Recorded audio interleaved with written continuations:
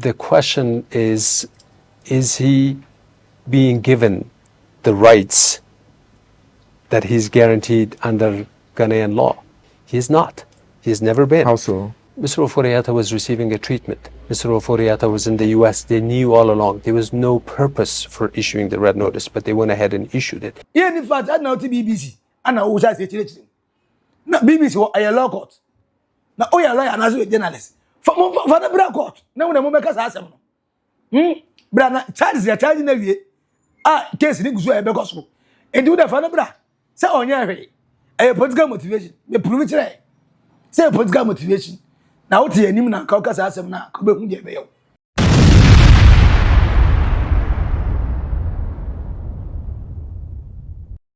Ken Ofori-Atta a lawyer. Now papa obedi atemana. Ken Ofori-Atta yete baby enka bi shemu. Sana Attorney General and Minister of Justice Dominic Agrutinga ayine ka kire no omwa. O ka say papa ne ka kire ye say Ken Ofori-Atta go for lawyer, serious lawyer. Our United States of America. Our shall say edi na asema no. O we no say trace come bloggers and media men. Say omum purport no omum ka say Ghana ye rich no. It will have to go through court proceedings in the US. All right. And I just got to know that he has hired some of the top. Yesterday, I got to know that he has hired some of the top lawyers in the United States of America, very experienced lawyers to, defend him. Now, I'm not afraid at all. All right. I am not afraid at all. But it means that there's going to be a fight in the federal courts in the US. Ampa sana de ne kore. And the one a friend is saying Ken Ofori-Atta, the former finance minister. Ni lawyer be di Ghana for natem. O say Ken Ofori-Atta ni client no enya dia Ghana. Ye law aman fair a friend is saying hearing. Ye guarantee your friend is saying good service e fama no me say brofo be na kwa ne ka kire wai. O say ni client according to Ken Ofori-Atta lawyer Enayat Qasimi, his client has never been given the right guaranteed to him under Ghanaian law. Now, no clients Ken Ofori-Atta no, your man no, the rights are a guarantee or not in the Ghanaian law. Who client now or the GDP buy haircut amount for pension people money. Mbrewafu amawie ni kokurafu amawie adwuma kakra o medie ye tete so said tikano poto ma komedi amanfo o client o twa $97 million e ma de question national cathedral ho you go to man ho ono ye man then right now say guarantee na the Ghanaian law inform na what can Ghana constitution na bay ah Ken Ofori-Atta lawyer o mu ade sa na who be the who no problem catch o client no ye betwa so you grave ye catch Ken Ofori-Atta say Christmas na buzo for afi na Ghana for ya fe no say they know finance minister papa no oye adwuma ma Ghana ye tumpon ye ni ti ya ye hoto ye say form no catch say na medi Christmas why Christmas festive manimra we dey medi Christmas owe obesa akọ na ye celebrating ye no say under Ghanaian law no ye don pa because oye adwuma anya na okoji loan e dey bre Ghana the data bank e na 10%. Eno no na de ye pe obo ye tua $12 million e ma kwalu gudam ye ko dam ni ho but dollars ni ye tua wa ya de sky trade $2 million o tua ye hu hwe oh okay ye papa de ambulance a friends and maintenance o tua sika ma na Dubai eno sika botwi ye papa ye kama ye pani na edi catch your client Ken Ofori-Atta say the Omra Ghana. Oh, South Strategic Mobilization Limited contract in the contract. Kaja say enye hwe oye adwuma ne kama. O ma Ghana enye mfaso nde ne do so grade Ghana bi why? Kaja no Omra. We do Omra medi bronya no sanko. What? Who can nonsense? What you want kaja say ono oye dem right and the guarantee ono someone that have bring the whole country down. Ye meso so. No hala. What? Oh, you said it was catch say. Papa, your friend Ken Ofori-Atta, the former finance minister. The Ghana for years no. Aye political motivation. Ye ni evidence, ye ni facts behind it. Oh, the correct. Do the manamra. Why? Ye ni facts ba kukura say. Manamra. Ye ni facts at now to BBC. And now say chile. Na BBC wa aye law court. Na oya lawyer na so journalist. For the bra court. Na we make us asem no. Bra na charges ya charge na wie. Case ni guso e be koso. E do the for the bra. Say onya hwe. A political motivation. Me prove it. Say political motivation. Na wote yanim na ka kasa asem na ka be hu de be yo. Say wo gina Ghana fu anim, lawyer Enayat Qasimi. Say ga wo gina Ghana fu yanim na o kasa ansem mu ya kire say Ken Ofori-Atta no ohia special privilege. After the oye Ghana last 7 years. And I said to us, Papa no oyare, Ghanaians were aware.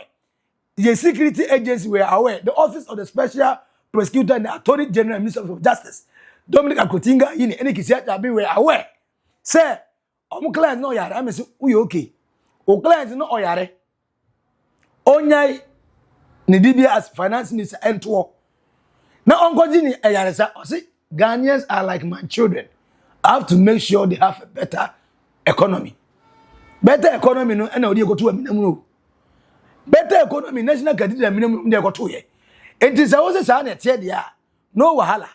Missy Manamra, who don't answer the questions. No, Sanko back. Nipa Oyari, who are serving, I feel you, who you answer questions, or the Oyare. Now, Yareno, and in Nanya Crow. Who are about their serving for 7 good years.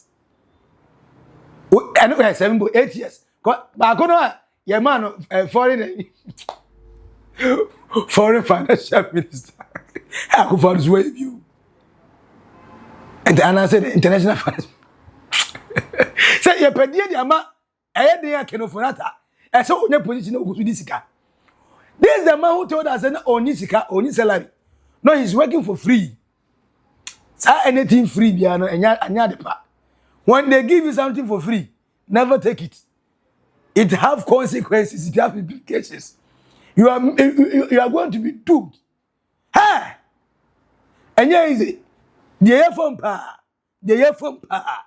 Now, Otiwa, because I said, but interview, Okoye no BBC, on it BBC, a friend is a presenter. And yeah, Muntiano, now we are more than work. Ghana's former Finance Minister Ken Ofori-Atta is now at the center of an international legal battle. Authorities in Ghana have formally requested his extradition from the United States to face 78 corruption-related charges. The charges are largely linked to contracts awarded to Strategic Mobilization Ghana Limited, or SML. The decision now rests with U.S. judicial authorities to determine whether there is a sufficient basis for extradition. Ofori-Atta has not spoken publicly, but his legal team insists he's not evading justice and says the case is politically motivated. He's committed to fully complying with the laws of Ghana, and he's fully committed to answering for anything that he did when he was finance minister.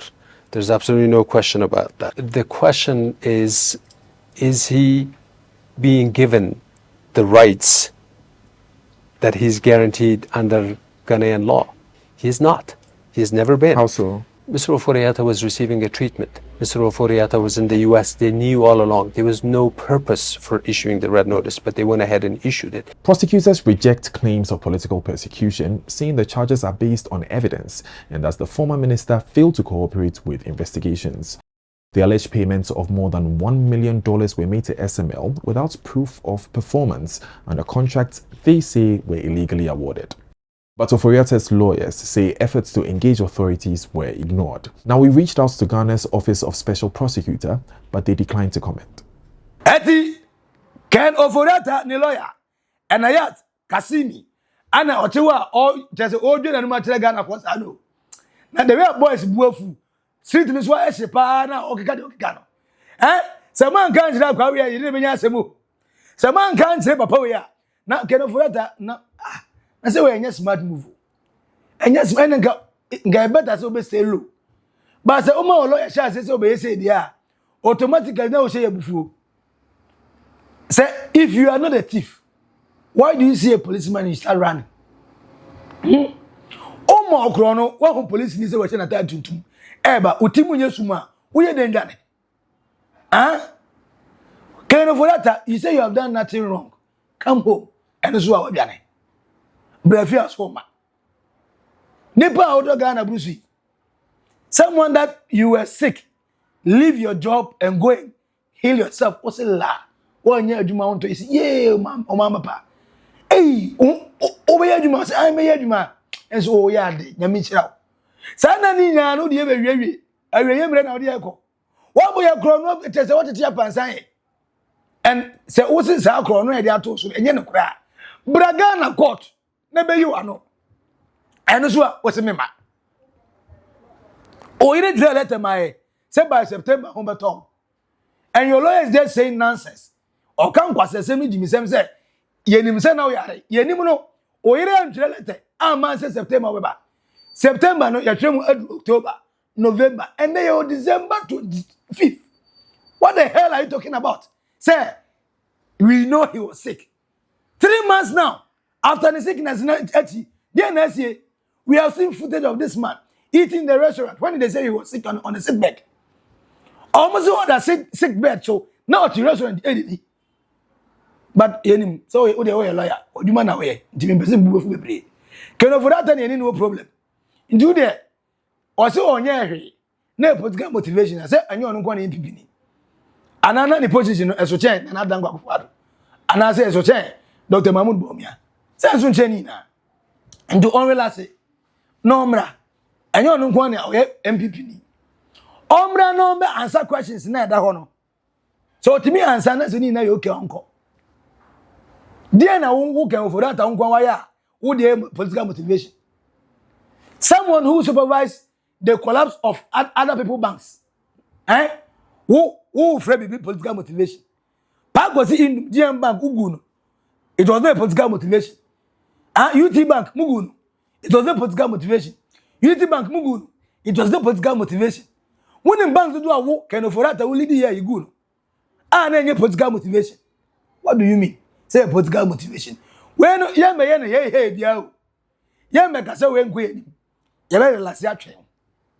O lawyer no de onke kan de onke kan kono ye be nya mra mawo na de uye abufo re ye mo Ghana fo dwamo if you think you are innocent come and answer the questions you are only accused afeni accuse you keke is alert say we so if indeed is a unya kronfo na bre na answer ne kan sen ye nipa 5 ne room ha ade ayer of course 5 automatically na suspect. Enti ye ka se mu amo ni na no mu ye suspect se mu na mawia e bia for them ha it's now left onto you to prove beyond every reasonable doubt say nipa no adekro no on kire se ampa una ofa ye na ozo kire se ampa nye una ofa ye ensan ye atika katipo but o de lie ye kan na waka sana attorney general minister of justice Dominic Akutinga Ayine sana omwa obeka that dey edi natem attorney general kasa na doso wako hal de be lawyer no o ka tire say sedema tamakulu case o mawie na so wanko appeal there because o pay lawyer e mo ko US court o ma di Ghana di bem ente so mo extradite na e de ba no beto an sentence wa o ka wie no ka Ken Ofori-Atta so ko fa lawyer na lawyer na wako fa no anwe na e de asemeba enti ebema case ni yebedi amana ko akire kakra enti ontimi say yebo say enne ana ochena ana Ken Ofori-Atta ba hwe anu 1 week kura ne lawyer ana ba wonti sana yampa bloggers yesi amanfo haya omo twetwere media men yesi yafa omo a yamo musika munye dede na Ken Ofori-Atta Ghana public entimi ense so madwin fa ho da we can never have a single iota of love for you this is what you for any less than even 5% of MPP for and a supporter who Ken Ofori-Atta. They think you are even more harmful to the MPP than another Dangwa who Ken Ofori-Atta. And you party for Nante member of parliament. And sorry, say Ken Ofori-Atta, we don't want you again. So Ubra ATM. Someone who serve and the family member. Now, just a finance minister have been now no one. What dear? What higher pa? Why you wearing now we can't go for today say. Yeah, political motivation. You say National Cathedral down. We can see it. We know 3 years ago. Udi account charges ni bi ho. When strategic mobilization limited nko an de nko an. And go look at the amount of money involved.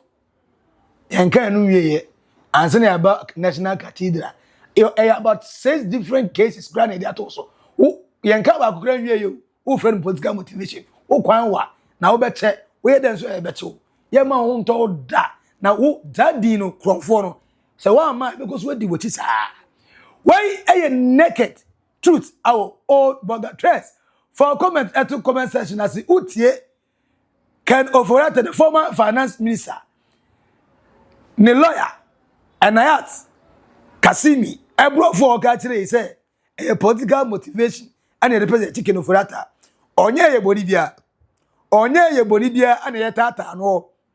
Now the right, I guarantee Ken Ofori-Atta the infamano, our Ghana alone, where I know. And I also work for them both here. For comment no at comment section as we are. Subscribe, like it. Na share mo miaso enyabi. Edino baako pe. Maxi Billian Macau. Bye bye.